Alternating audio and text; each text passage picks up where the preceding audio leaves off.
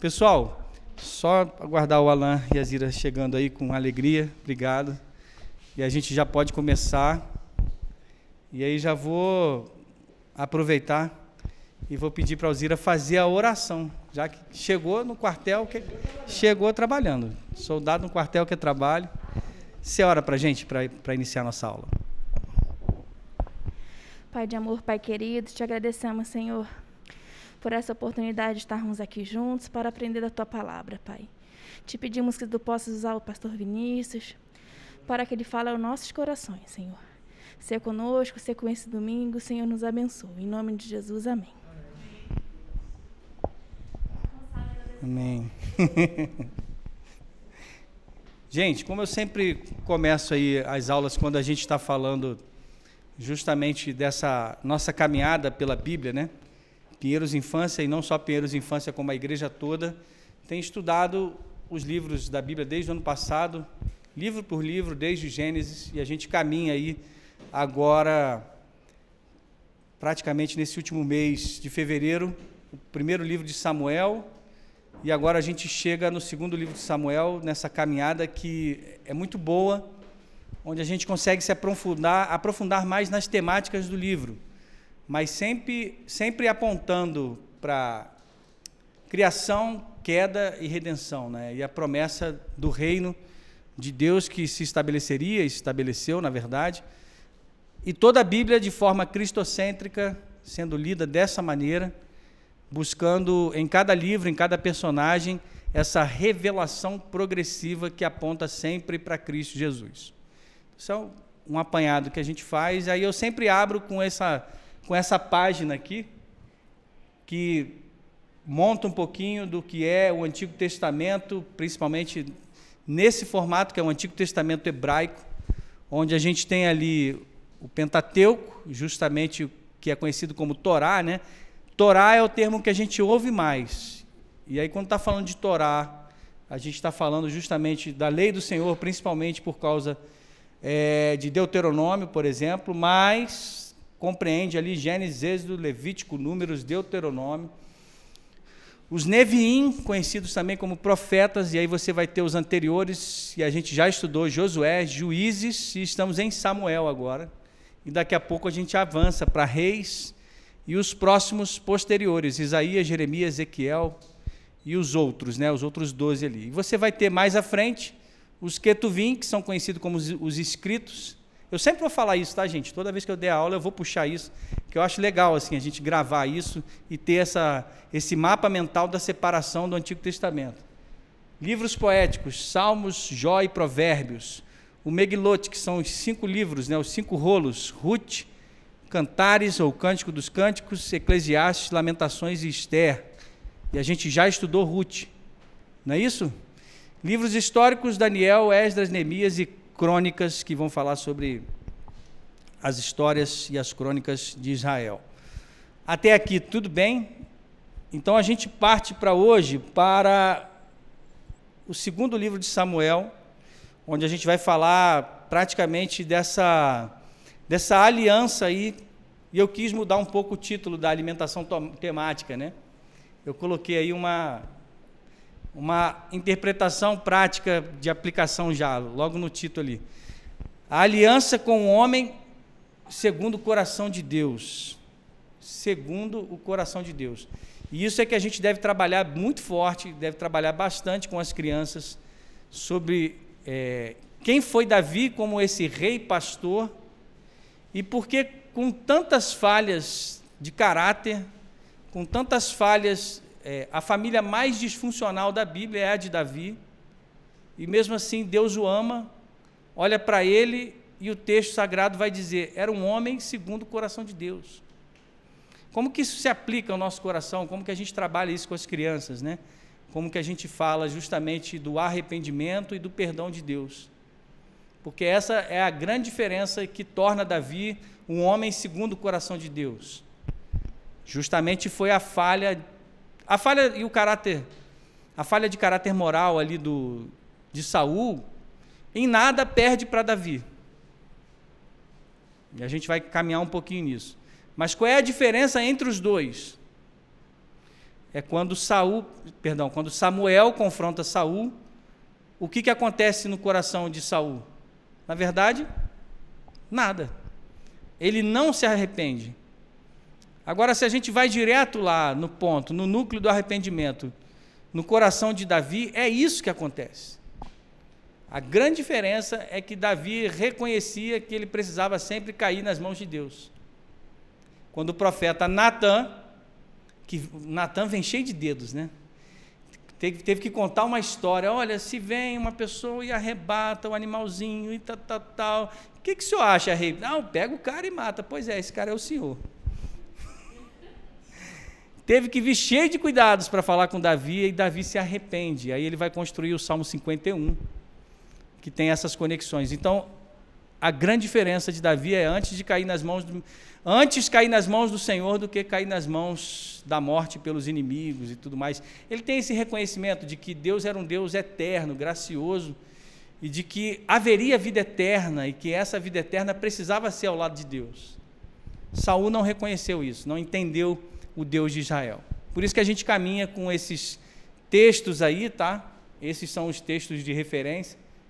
Aí tem essa imagem aí desse rei Davi, pastor, músico, e a gente vai conversar um pouquinho sobre ele. Mas eu queria já abrir nessa manhã, justamente lendo com vocês aí, esse é um comentário do Gerhard von Groningen, e na verdade vocês vão ver, toda vez que aparecer um asterisco aqui no final, vai ser desse comentário que eu utilizei, tá? Na sua maior parte. Então, se vocês quiserem depois, as revelações messiânicas do Antigo Testamento, de Gerhard von Groningen, tá? Tem na Cultura Cristã. Depois, quem quiser pegar esse nome comigo, eu podia ter trazido, né, mostrado aqui, mas ele é grossão, parece um tijolo, então ia ficar pesado, mas ele é muito bom, tá? Para vocês, se quiserem se aprofundar, a gente ainda tem muita caminhada bíblica pela frente. Faz a encomenda lá na Ezion, é bênção. Fala assim, o pastor indicou Gerhard von Groningen, né, a revelação messiânica no Antigo Testamento. Aí, de repente, o pessoal encomenda e traz para você aqui. Beleza? Samuel tinha morrido alguns anos antes de Saul. Isso está lá no relato do primeiro livro, capítulo 25 e 28. E do tempo em que Davi foi entronizado em Hebrom, ele morre antes disso, Samuel. Mas foi Samuel, o profeta, quem, tendo recebido a instrução de Yahvé, foi a força guia na transição de Israel para uma sólida monarquia unida, governado pelo servo de Yahvé ou Yahvé, chamado Davi. Veja como que Samuel tem uma representação muito forte ainda, em toda essa caminhada. Se por um lado Davi é a representação desse rei pastor que aponta para Jesus, Deus usa homens comuns entre irmãos para fazer a sua obra. Não tinha mais ninguém importante do que ninguém ali. Porque, na verdade, se a gente fosse colocar assim, olha, o que seria de Davi sem Samuel, né? Essa é uma pergunta, porque Samuel foi uma pessoa muito importante. E aí eu vou recomendar que vocês deem uma assistida no canal do Bible Project, quem quiser anotar aí, Bible Project, eu já apresentei, que são aqueles mapinhas de desenho animado, muito legal. O vídeo de 6 minutos do livro de 2 Samuel, e tem o do primeiro também, do segundo livro, é muito legal, onde ele faz justamente um apontamento, e ele faz uma ligação lá com Ana. E aí, quando há uma batalha, e Ana enfrentou ou não enfrentou uma batalha, gente? Enfrentou. Quando há uma batalha no coração de Ana, ela se humilha na presença de Deus, e Deus realiza uma promessa na vida dela.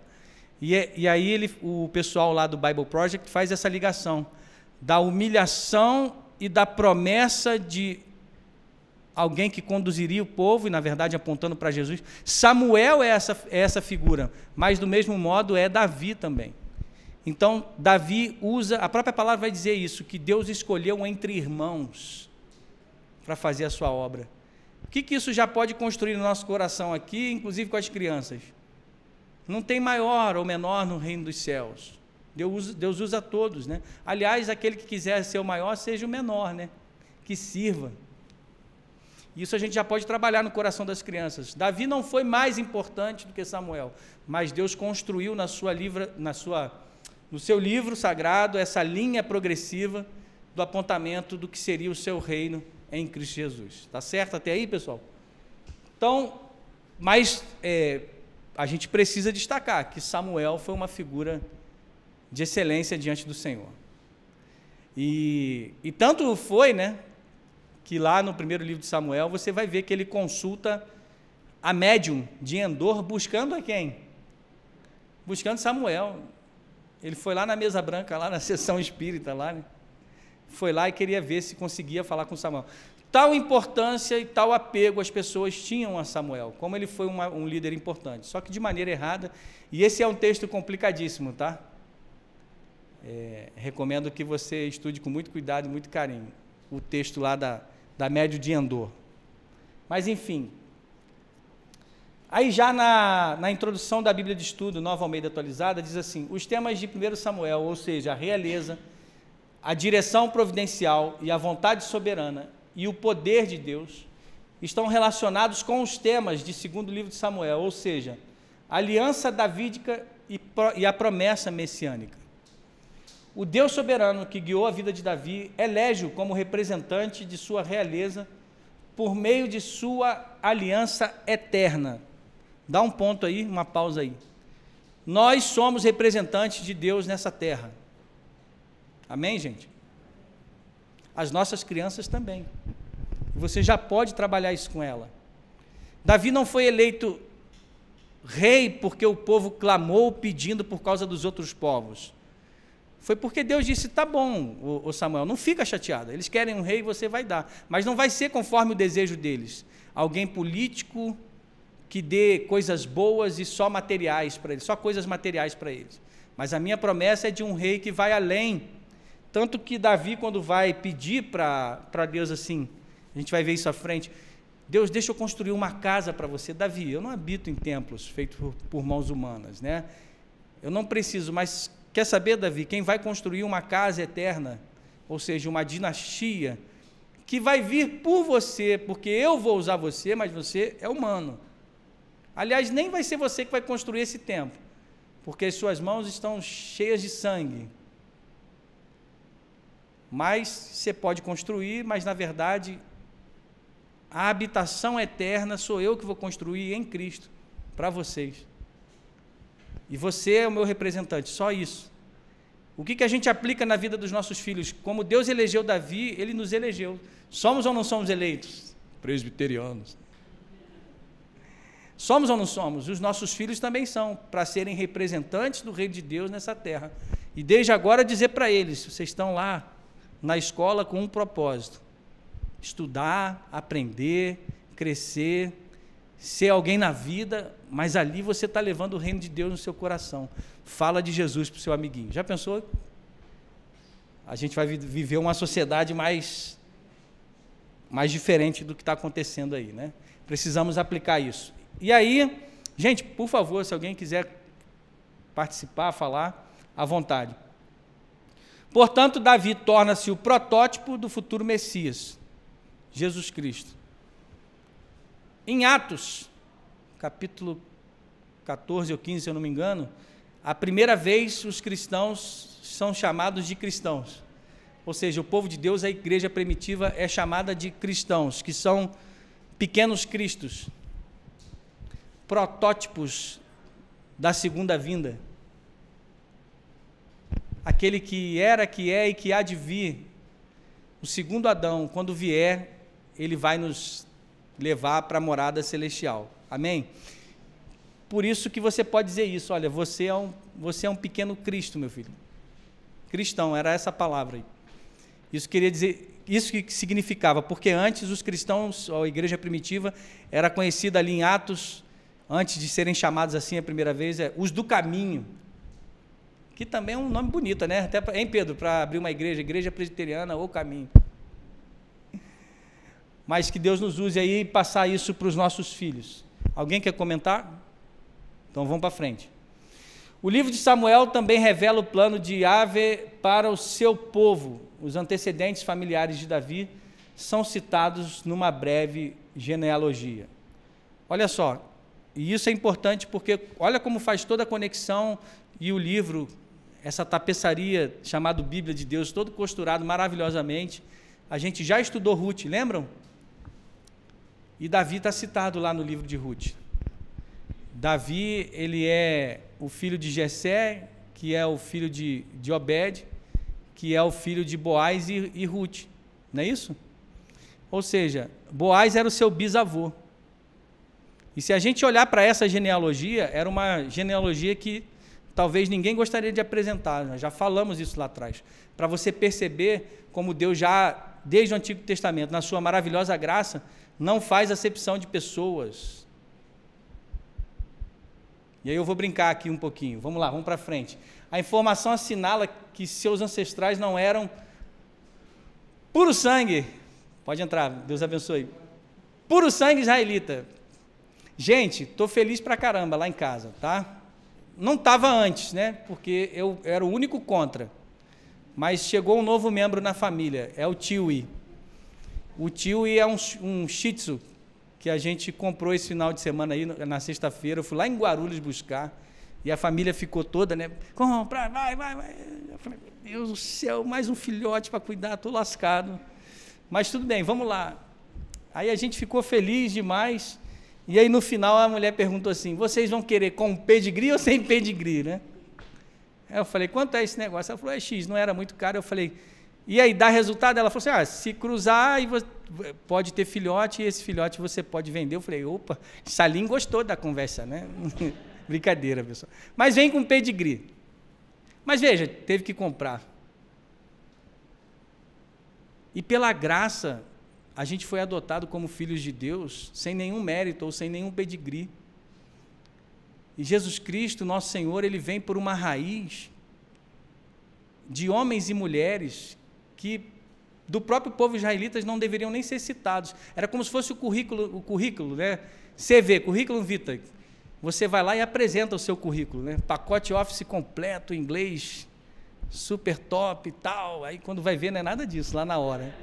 E você omite algumas coisas no currículo. Estou falando algo estranho, pessoal? O que acontecia naquela época, que quando o israelita se apresentava, ele se apresentava como linhagem de alguma família. Eu sou filho de fulano e tal, tal. Só que aí, na hora de apresentação, fazia como a gente faz no currículo hoje, né? Omitia aqueles que na família eram assim mais obscuros, né? Sabe aquele tio esquisitão? Ninguém falava. Muito menos mulher não se colocava. Até porque a gente vê na multiplicação lá dos pães e dos peixes que as mulheres não foram contadas. Uma sociedade antiga, né? Altamente patriarcal ali no bom sentido da palavra, mas crianças e mulheres não contavam. E aí veja que no Antigo Testamento a graça de Deus ela não olha para o puro sangue ou para o pedigree comprado. Não é por mérito, mas é por graça, é dom, é presente de Deus, quando Ele olha e diz, olha, eu vou trazer através de uma moabita, povo mais odiado, e quem são os moabitas? São os filhos do incesto, das filhas de Ló com o seu pai, Moabe. Ruth moabita, casa com Boaz. Quem era Boaz? O partidão da cidade lá, né? Hein? Cavalo do ano, lembra que eu falei isso? Cavalo do ano, fazendeiro com tudo lá, e o homem não era casado, gente. Ele devia passar e as meninas suspiravam, né? E aí, por que ele não era casado? Quem lembra que eu falei isso? Alguém lembra por que Boaz não era casado? Ele era filho de quem? Raabe. Quem era Raabe, gente? A prostituta da muralha. Raabe casou com Salmão e gerou Boaz. A moabita casou com o filho da prostituta. Nenhum judeu puro sangue gostaria de ver o seu neto correndo na praça e as pessoas comentando, aí, lá vai o neto da prostituta. Deus não faz acepção de pessoas, é por pura graça, e Ele traz todos os pecadores se sentam à mesa de Jesus. Nessa revelação progressiva. Olha que lindo. Não é assim?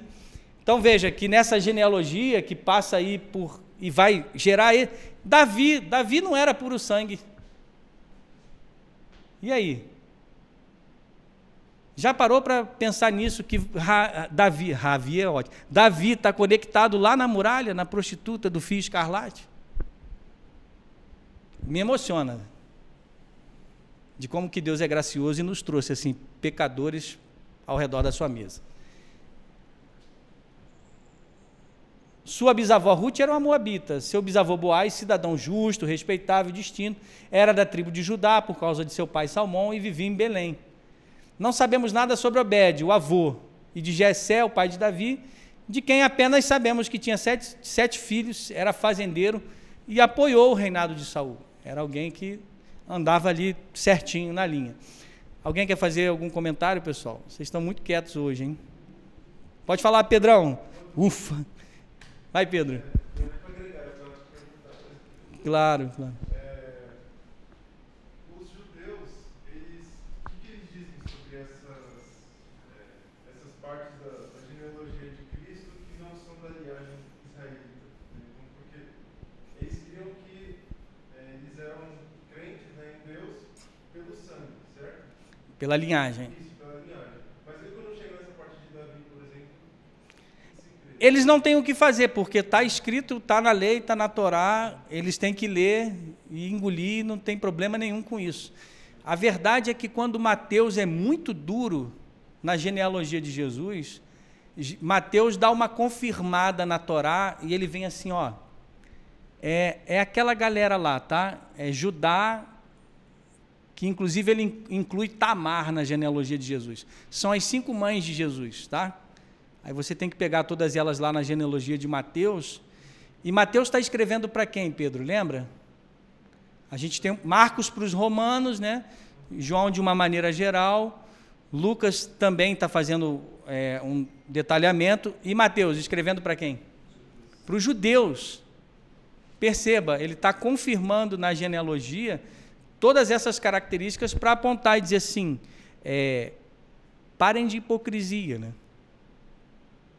Não escondam seus currículos, porque Deus não escondeu dele. E não escondeu por causa da sua misericórdia e graça. Ele se fez ser humano para alcançar o ser humano do mais fundo do poço lá.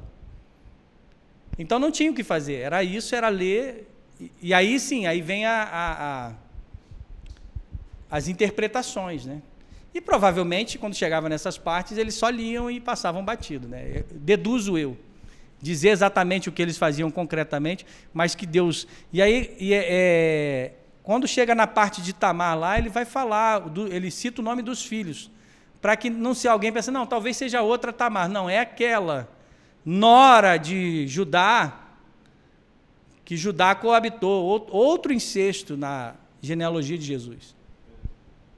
O que é interessante é que essa história, essa verdade, né, de que o povo de Deus não procede necessariamente da linhagem de sangue, não é uma ideia inédita do Novo Testamento. Exatamente. Mas vejam que tanto no Antigo quanto no Novo, Deus não omite a sua graça para o mais terrível pecador, né? Como dizem os hinos, né? O mais terrível pecador. Mais alguma dúvida? Vamos para frente. Então, as qualidades de Davi colocam-no em bom lugar como agente real eleito de Yahvé. Que qualidades são essas? Aí a gente tem que caminhar mais um pouquinho. Mas ela não pode estar ligada à aparência, porque Davi era bonitinho, né? Era um ruivo bonito, de boa aparência, diz ali, ó. Ele tinha boa aparência, está lá em 1 Samuel 16:12. Mas, ao corrigir a avaliação dos candidatos feita por Samuel, Yahvé informou ao vidente que ele considerava o coração. Ele, o Senhor, né?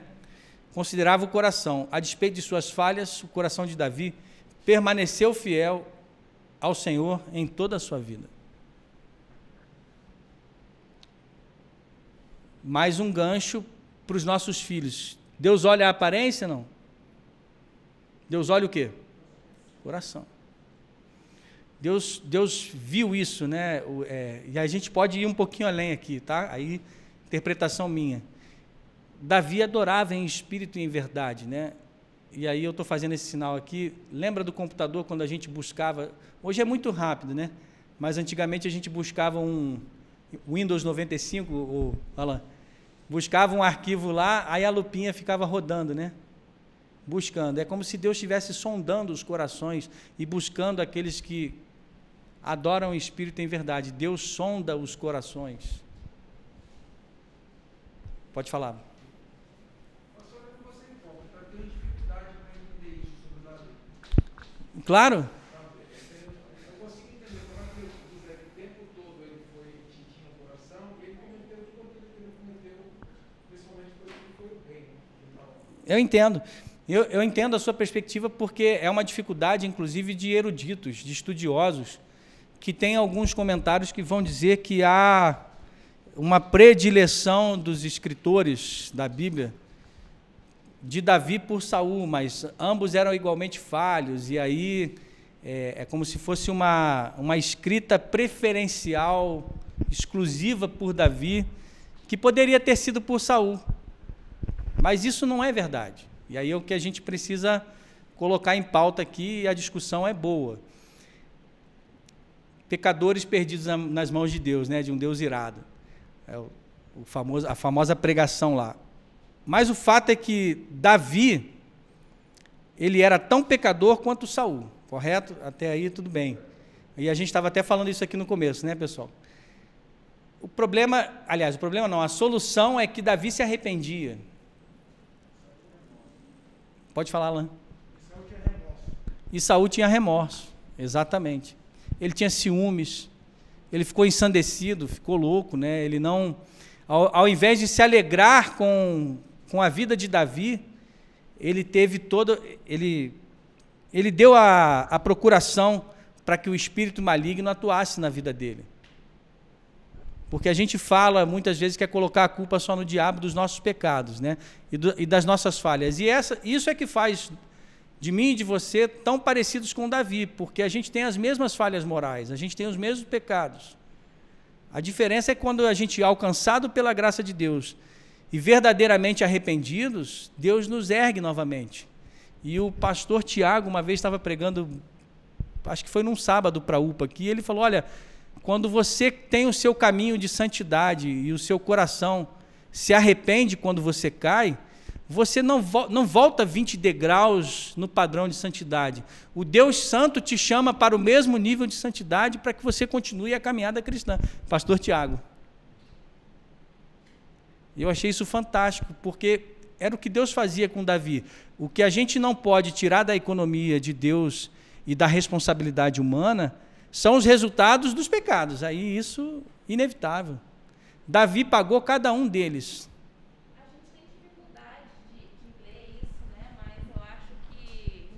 Davi é muito parecido com a gente, né? É pecador, igual a gente. E se a gente se arrepender de verdade, é o coração que Deus espera de nós, né? Mas é engraçado que quando a gente lê sobre a história de Davi, a gente tem dificuldade disso, mas é o retrato da gente. Muita dificuldade. Eu tenho muita dificuldade também, irmão, porque e quando eu prego e falo sobre o olhar na janela, né? Eu me sinto mal por ele. E às vezes eu quero me colocar no lugar de Davi nos dois sentidos. E eu digo assim, não, talvez se eu estivesse lá eu não teria feito isso. Mas aí depois eu penso, não, eu acho que eu faria pior. Pode falar, irmã.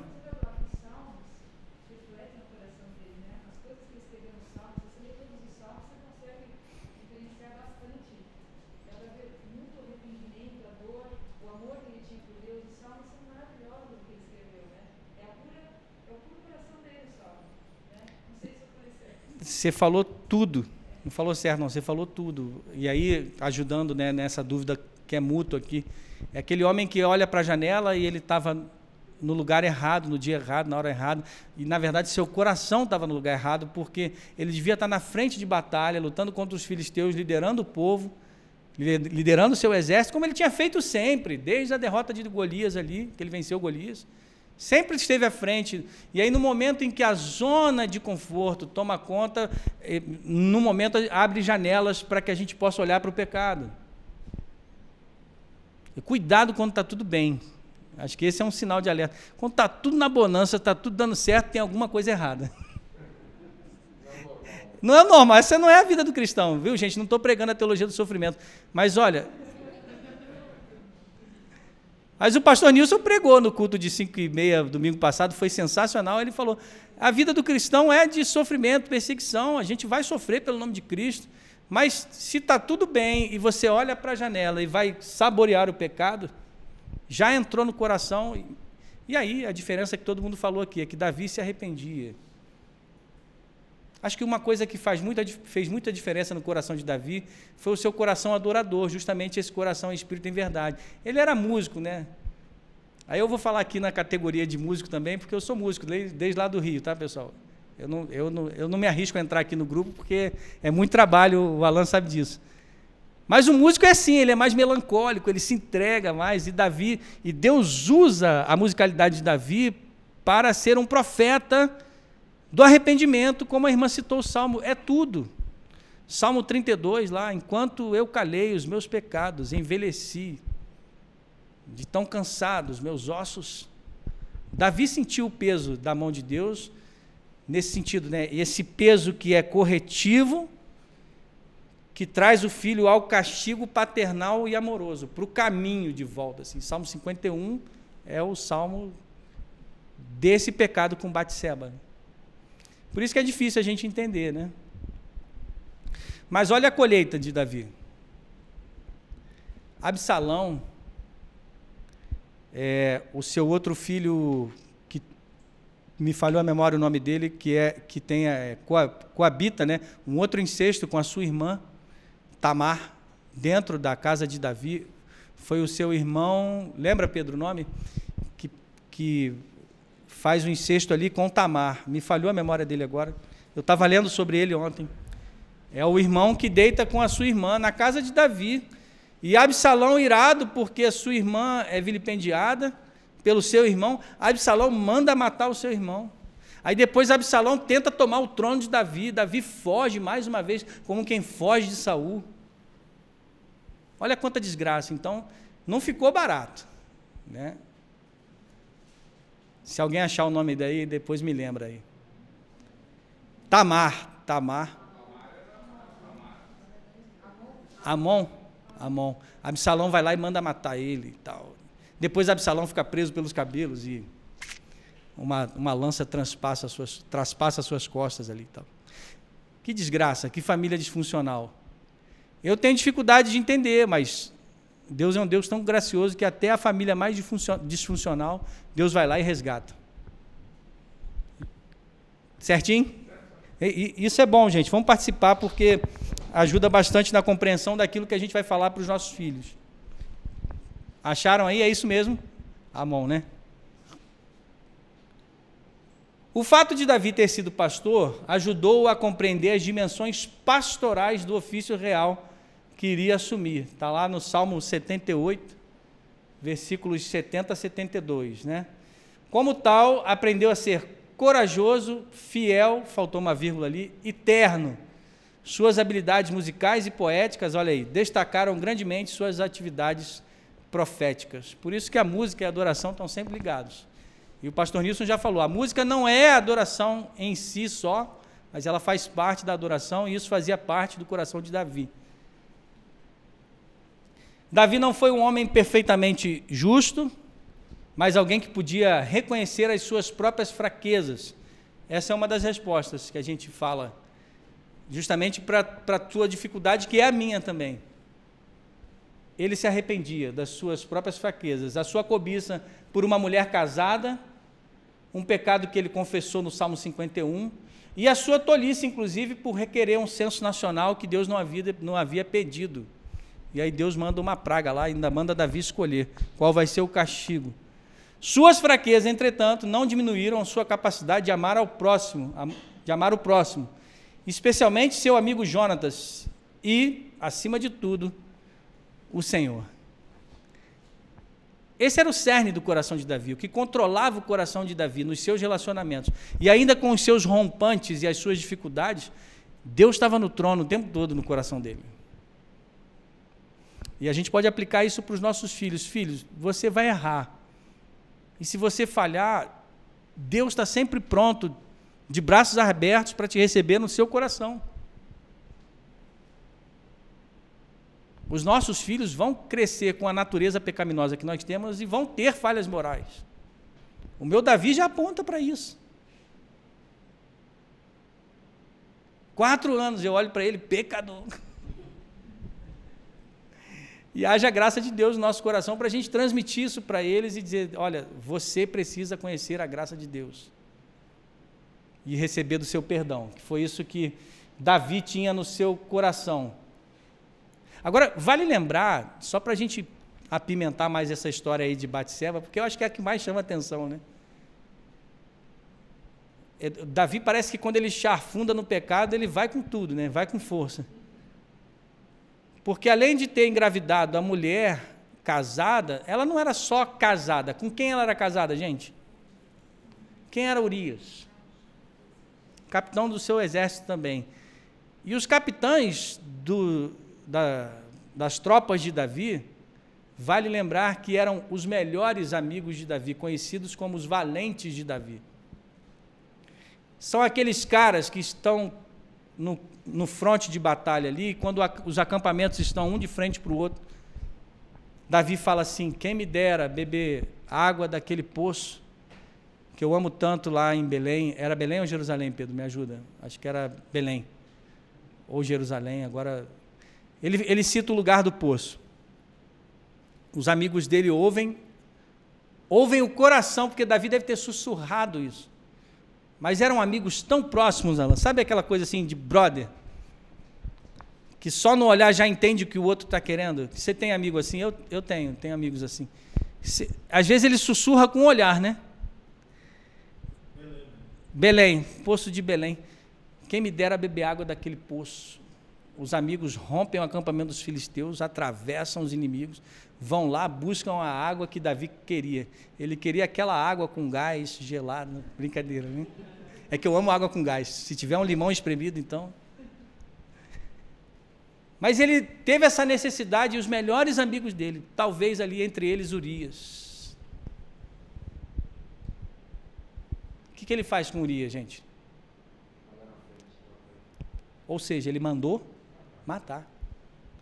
No fogo mais atroz da batalha, que era a frente ali onde vinham as primeiras flechas, é que ele manda o seu melhor amigo. Veja o poder do pecado e a ganância de você querer muitas vezes, com os méritos do seu braço, querer se safar. Pode te cegar espiritualmente de tal forma que você prejudica o seu semelhante. Não é isso? Foi lá e cego pelo pecado, né, a ponto de mandar matar o seu melhor amigo, um dos seus principais capitães. Será que chegaríamos a esse ponto? Não sei, mas a Bíblia nos mostra que somos capazes.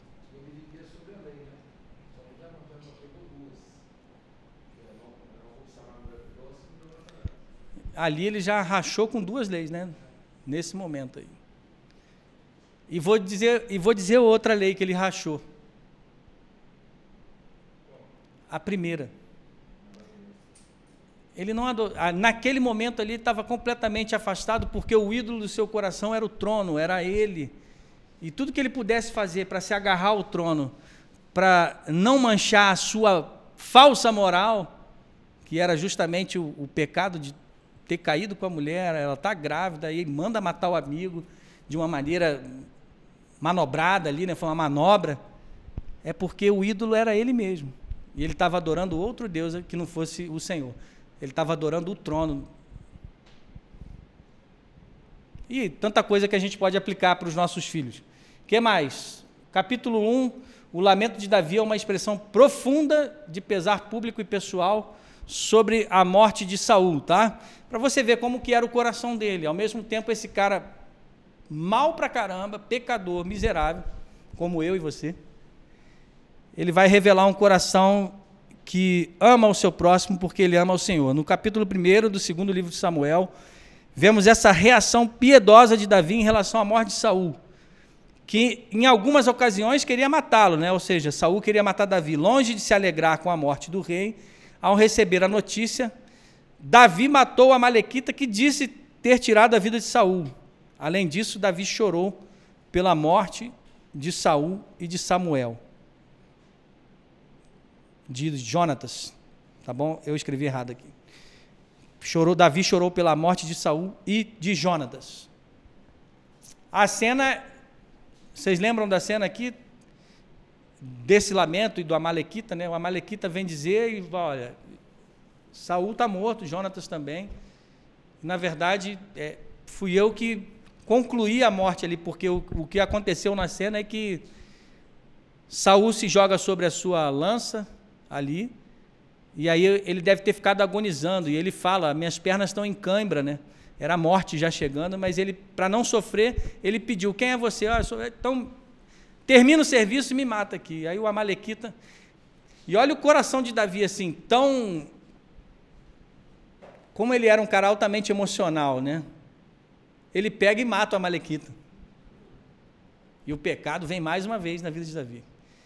Ele chora, ele lamenta, mas ele age num rompante assim, como qualquer um de nós pode agir. E ali ele manda matar o Amalequita ali. Então, mas mesmo assim, a expressão de Davi é de pesar, e ele tem um sentimento de amor e de respeito pela unção que ele ainda enxergava na vida de Saul. Pois não? Sim, toda essa conversa que nós estamos tendo, Claro. pensando como meus botões, né? Ele tinha tanto amor por certas pessoas, né? Ele agia de forma coerente, mas olha o detalhe, né? Ele não conseguiu, assim, administrar esse amor com os filhos dele, tanto que eu vejo como pode, né? Eu estou aqui pensando, como pode um amor tão grande e na hora de tomar uma atitude com os filhos, por conta do erro, não que ele fosse julgar, mas ele não acolheu a filha, ele não acolheu. Eu estou aqui assim. Falha moral também, nesse sentido, porque não corrigiu Amon e não deu o castigo que ele deveria dar, porque assim, foi extremamente um pai mimador, né?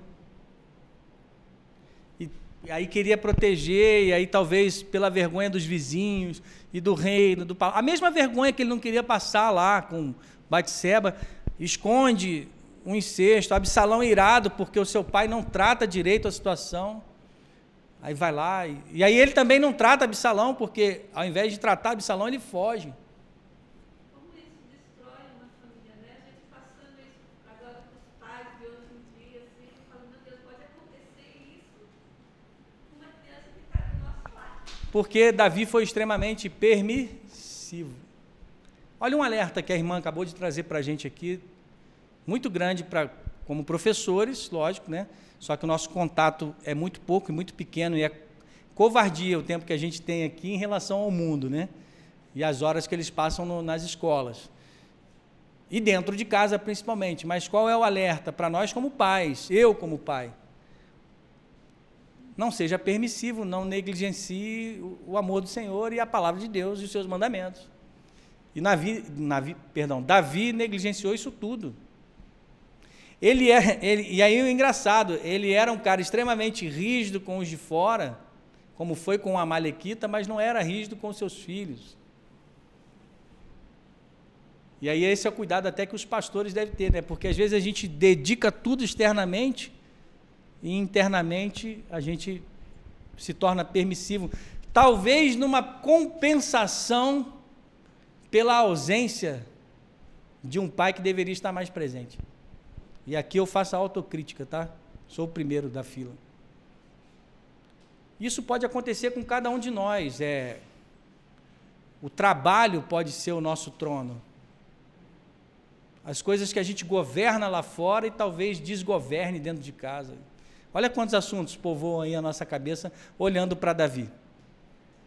Beleza? Vamos em frente. Obrigado, viu, irmã, pela contribuição, foi muito boa. O que mais?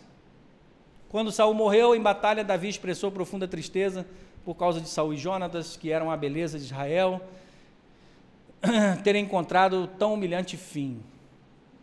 Capítulo 2 do segundo livro de Samuel. chegamos agora ao momento da aclamação de Davi ao reinado de Judá. Davi, que já havia sido ungido de forma particular, agora foi aclamado e ungido publicamente como rei em sua própria tribo, Judá, na cidade de Hebrom. Ao final desse trecho, Davi demonstrou gratidão aos homens de Jabes-Gileade por terem sepultado a Saul. Então perceba, Davi era muito cônscio da sua unção. Ele já sabia que quando Samuel chegou na sua casa e o ungiu ali, aquilo não foi alguma coisa aleatória que aconteceu na cabeça dele, que caiu um óleozinho lá, ele, que legal, beleza, vida que segue. Não, ele entendeu que ali era o chamado, a vocação para governar Israel, mas ele era tão, ele já se mostrava alguém paciente e sábio, que ele disse assim, não sou eu que vou tirar Saul do trono. Se Deus está me ungindo, isso vai ser no tempo de Deus e na promessa dele. Deus é quem vai tirar Saul do trono e não eu. E é por isso que ele continua lamentando até na morte. E por causa dessa unção que ele recebe lá, na casa de seu pai, era o último, né? Tem mais alguém na casa? Traz o moleque lá, traz o guri lá, que está tomando conta das ovelhas. Depois há um segundo momento, que é o reconhecimento na sua própria cidade. A segunda unção, que não é uma segunda unção em termos gradativos, que foi melhor do que a primeira. Na verdade, foi só uma ratificação diante do povo de Judá, a sua tribo. E aí faltava justamente o outro lado, porque aí vocês vão ver também no segundo livro de Samuel, que o pessoal tenta formar ainda um partido a favor de Saul, tentando colocar o seu filho como rei ali. Mas há um desastre, Deus não permite a morte daquele rapaz ali, do filho de Saul, e depois as outras tribos e Israel se tornam um reino único. Aí uma terceira unção que a gente vai ver daqui a pouco, justamente para ratificar e confirmar. A ascensão ao trono não foi fácil, apesar de que todo Israel e Judá amavam Davi. Saul era também apreciado e apoiado. Davi sabia disso e tinha de contar com esse fato. Seu próprio amor a Jonatas ajudou Davi a compreender a atitude do povo, inclusive o povo que o amava e o povo que amava Saul. Isso a gente não pode negar, os apoiadores de Saul. Assim, nesse delicado contexto histórico, Davi tinha de trabalhar com sabedoria e paciência, que foi o que eu falei antes. Isso demonstra que a gente pode trabalhar com as crianças. O seu propósito de vida, filho e filha, é um crescimento diante do Senhor. Deus tem uma vocação para você, mas ela precisa ser construída com paciência e sabedoria. Você vai chegar lá, mas na hora e no momento de Deus. Aprecie a caminhada também, né? Não olha só para a chegada lá. Alguém já disse, né, que tão importante quanto a chegada faz parte a corrida também. E Davi aprendeu isso com muita paciência. Primeiro ele veio à sua própria tribo, essa aí é Judá. Em Hebrom, a unção do Senhor a Davi, por meio de Samuel, foi confirmada. Os homens de Judá ungiram-no como seu rei. Assim o Senhor guiou o seu povo a aceitar o seu escolhido. Veja, à frente e nos bastidores, Deus sempre trabalhando para que as coisas aconteçam. E para que apontem para o rei que apontaria para Jesus Cristo. Ou seja, assim o Senhor guiou o seu povo para aceitar, ok? E assim a profecia de Jacó se cumpria. A profecia de Jacó em relação a Judá. A tribo de Judá se tornou a primeira e a preeminente, ou seja, a gente canta, né? Ele é o leão da tribo de Judá. Esse apontamento em Davi, justamente trazendo um rei messiânico de uma dinastia que jamais teria fim. O seu trono, Davi, jamais terá fim. Será eterno por causa de você, Davi? Não. Disse o Senhor ao meu Senhor, vem para cá que eu vou colocar os teus inimigos debaixo do estrado dos meus pés. Aí Jesus pergunta para os fariseus, como que Davi é rei e Senhor, está chamando outra pessoa de Senhor? E os fariseus não puderam responder essa pergunta. Porque Davi foi só um instrumento humano, daquele que era o eterno e que era Senhor de Davi, e que apontava para isso aí. para a tribo de Judá que foi utilizada. Um governante real levantou-se em Judá, e dentro de 7 anos foi confirmado e ungido sobre todo Israel. Então, ainda leva 7 anos e meio da segunda unção para a terceira unção, que é essa aí. Eu só usei a mesma figura, tá, pessoal? Porque eu não achei figura da terceira unção. E essas figuras aí são do Gustave Doré, lá do século XIX. A Bíblia de Gustave Doré. Se você quiser pesquisar no Google, tem imagens de Gênesis e Apocalipse lindíssimas, como essas aí. Davi é ungido publicamente, rei de Israel, e aí a gente já está aqui, ó, no capítulo 5, de 1 a 5. Novamente, na cidade de Hebrom, Davi, que até então era rei sobre Judá, agora foi ungido publicamente sobre todas as tribos de Israel.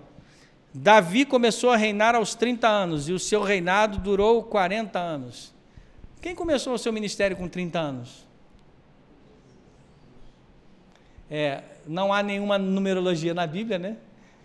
Lógico, mas os números são muito simbólicos, assim, sempre para o apontamento da vontade de Deus, da sua soberania e daquilo que Ele faz. Você vai sempre ver números como 40 anos no deserto, você vai ver o número 40 dias, Jesus jejuou no deserto, e por aí vai, 7 dias, né? A genealogia de Jesus, ela passa por 14 gerações, que são 7 e 7, né? E nessas gerações que vão formando ali, encontra-se na última 6 gerações, e na última, que é a geração de Jesus, o descanso definitivo, remetendo ao ano do jubileu, o descanso no Senhor. Então, assim, os números formam várias conexões. Isso no capítulo 5. Uma vez tornado rei sobre todos os descendentes de Jacó, Davi começou a mostrar suas habilidades. Anteriormente já o havia feito como líder militar e libertador, quando derrota Golias. Tão logo se tornou rei, derrotou os filisteus e livrou Israel de novas ameaças dos próprios filisteus. Ou seja, ele estabelece Jerusalém como a capital, né? Depois dessa tomada e expulsão dos filisteus, ele centraliza Jerusalém como a capital política de Israel. E aí Davi coloca a sua administração numa posição central em Jerusalém, que ele capturou dos cananeus, centralizou o culto, trazendo a arca para Jerusalém, organizou a turma lá daqueles que são os servidores do templo, os levitas, e assim de muitas maneiras demonstrou que ele era aquele de quem Jacó falara, tendo o cetro e o bastão de governador. Gênesis 49, 10. Caminhamos mais um pouquinho, e aí sim, capítulo 7, a aliança do Senhor com Davi. Davi recebeu a promessa do Senhor de que a sua família seria a família real legítima. O Senhor não aceitou a oferta de Davi de construir-lhe um templo. Ele prometeu a linhagem eterna. O cumprimento final dessa promessa se cumpriu em Jesus Cristo, o maior de todos os descendentes de Davi. E aí, qual foi a resposta de Davi? Davi se dirigiu a Deus com gratidão e louvor, aceitando o plano de Deus de abençoar ricamente a sua família. Atos redentores. Davi já havia sido aclamado e ungido como rei anteriormente de forma particular. Vimos que por mais 2 vezes Davi foi publicamente aclamado e ungido rei, primeiro de Judá, sua tribo, e depois de todo Israel. Nesse aspecto progressivo e ascendente, nessa trajetória real de Davi, é o que a gente pode notar. E nesse aspecto progressivo e de ascensão, não termina em Davi, mas continua para além dele, apontando e tendo seu cumprimento final na pessoa de Jesus Cristo, o Rei dos Reis, Rei de Davi, Rei de Israel e Rei de todo o universo. Todas as promessas bíblicas que tratam acerca da redenção do povo de Deus são, por definição, promessas cristocêntricas, pois tem em Cristo Jesus o Redentor perfeito, o seu cumprimento final. A aliança do Senhor com o seu povo está baseada em sua promessa de soberana e graciosamente redimir o seu povo a partir de um Redentor, o seu Filho amado, Jesus Cristo, a aliança do Senhor com Davi, reflete essa bendita realidade. O Deus de aliança é o Deus que trabalha conosco no Rei Supremo do Universo, o maior de todos os pastores, Cristo Jesus. É para isso que aponta a história de Samuel, é para isso que aponta a vida do próprio Samuel, que leva o nome do livro, né? O livro leva o seu nome. Deveria apontar em Saul, mas ele falha moralmente, como falhou Judas como discípulo de Cristo, e como pode falhar qualquer um.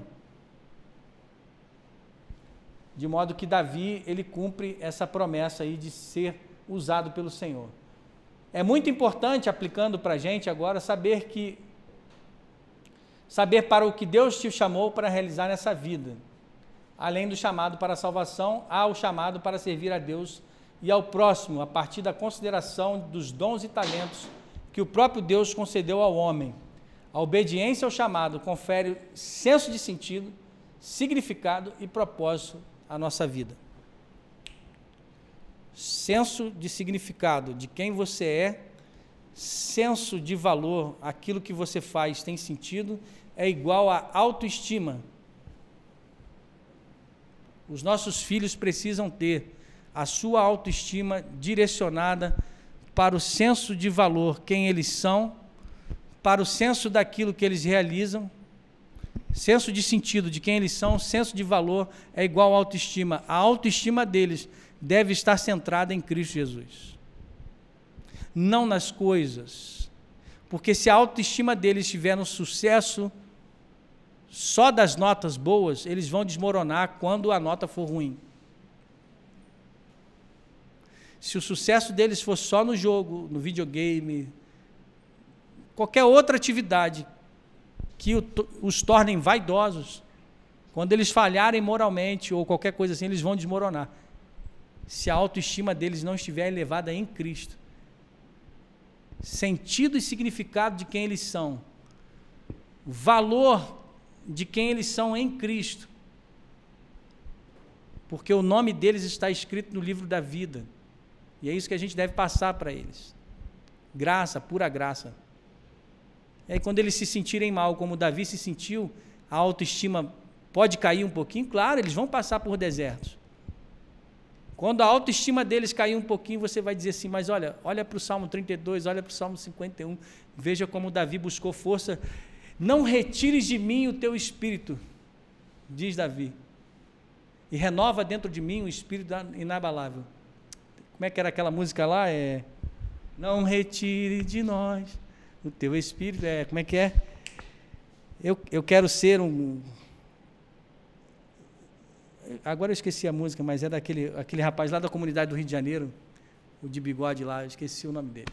Depois eu vou lembrar a música. Mas é do Salmo, né? Não retire de nós o teu espírito. Agora eu sou péssimo para lembrar a música nessas horas assim. Mas fala do coração, é a música que fala do coração lá. Coração igual ao teu e tal, uma coisa assim. Enfim. Mas, gente, é isso que a gente deve construir no coração dos nossos filhos, que eles devem estar centrados no Rei dos Reis, no Supremo Pastor, que os chama pelo nome. Eu fiz a devocional, alguém estava na devocional mais cedo ali. Na devocional ali, eu falei justamente sobre João 10, o Supremo Pastor, que é Cristo, que chama as suas ovelhas pelo nome, e ela dá um novo nome, um sentido, uma autoestima para as crianças, de maneira que ele faz isso de modo concreto. E a concretude que vence os lobos que se atiram contra a vida dos nossos filhos todos os dias, na mídia, no videogame, no YouTube, essas coisas não vão defender os nossos filhos da morte e do pecado. Mas Cristo Jesus faz isso porque o Supremo Pastor, ele não é uma ideologia mercenária, que quando vê a morte e o pecado, corre, que são os lobos, né, vorazes. Mas o verdadeiro pastor, ele se coloca na frente do lobo para que as ovelhas se tornem seguras no aprisco. E Jesus faz isso de modo concreto, não por uma fala, ideologia abstrata, mas quando ele, ser humano, se deixa rasgar na cruz do Calvário pelo lobo da morte e pelo lobo do pecado. Ele é o verdadeiro pastor. E ele fez isso pelos nossos pequenos. Amém? O que mais? Numa cultura caída, onde as decisões são tomadas a partir de critérios relativistas, materialistas, olha aí, a recuperação do ensino do chamado certamente fará diferença na vida e no testemunho dos nossos filhos. Sentido, né? Diferença. Foi o Senhor Deus quem estabeleceu a aliança com Davi, cumprindo sua promessa de cuidar redentivamente do seu povo. É Deus quem toma a iniciativa de redimir o homem, e não o homem, o pastor que vem se rasgar na cruz. É Deus quem cumpre perfeitamente suas promessas redentoras a despeito das falhas humanas. Deus é soberano, misericordioso, redentor de um povo rebelde, mas que está sendo transformado pela ação de Deus em um povo santo. Lembrar essas verdades deve encher o nosso coração de gratidão, quebrantamento, louvor, adoração, amor a Deus e uma disposição de renovar nosso compromisso com o Senhor. E esse aqui é o último. Essas são as palavras de Davi em resposta às palavras do Senhor. Sê, pois, agora servido de abençoar a casa do teu servo, a fim de permanecer para sempre diante de ti, pois tu, ó Senhor Deus, o disseste, e com a tua bênção será para sempre bendita a casa do teu servo. Que seja assim a casa de cada um de nós, que a gente possa aprender nas palavras de Davi, tudo isso para a nossa vida também e para a casa de cada um de nós. Precisamos de Deus para que possamos estar diante dele de forma aceitável, para que a nossa casa seja bendita, se nela estiver a bênção de Deus, a ele toda a glória. Amém? Encerramos por aqui, 10h35, deu 1 horinha de aula, bênção, com toda a participação de vocês. Se vocês tiverem dúvidas, a gente pode também partir para esse momento, ainda tem mais uns minutinhos, até 10h40 a gente pode ir. Alguma dúvida, algum comentário, pessoal? Não? Então vamos para frente. Vamos orar? Você pode ficar de pé no seu lugar? Eu vou pedir para o presbítero Alain fazer essa oração e que a gente consiga absorver essas verdades, primeiro em nós, para a gente possa passar para os nossos alunos e para os nossos filhos. Pai eterno, Pai querido, desejo no nosso coração, Senhor Deus, que essa palavra que foi dita aqui possa ser aplicada intensamente em nossas vidas, Pai, e assim possamos também aplicar e ser instrumentos nas Tuas mãos na pregação da Tua palavra para as crianças, Pai. Na nossa casa, no nosso trabalho, onde nós estivermos, Deus. Proclamar um Deus que nos ama, um Deus que nos usa, proclamar um Deus que cuida de nós, que tem misericórdia para conosco, que Tu possas continuar, Deus, trabalhando profundamente em nossas vidas, que cada dia mais possamos ser filhos melhores para Ti. Amém. E que os atos de nossas mãos possam sempre glorificar e Te honrar. Essa é a nossa oração hoje, em nome do Teu Filho Jesus Cristo que oramos. Amém. Amém, pessoal. Deus abençoe, bom culto e até a próxima. Tchau, tchau, pessoal.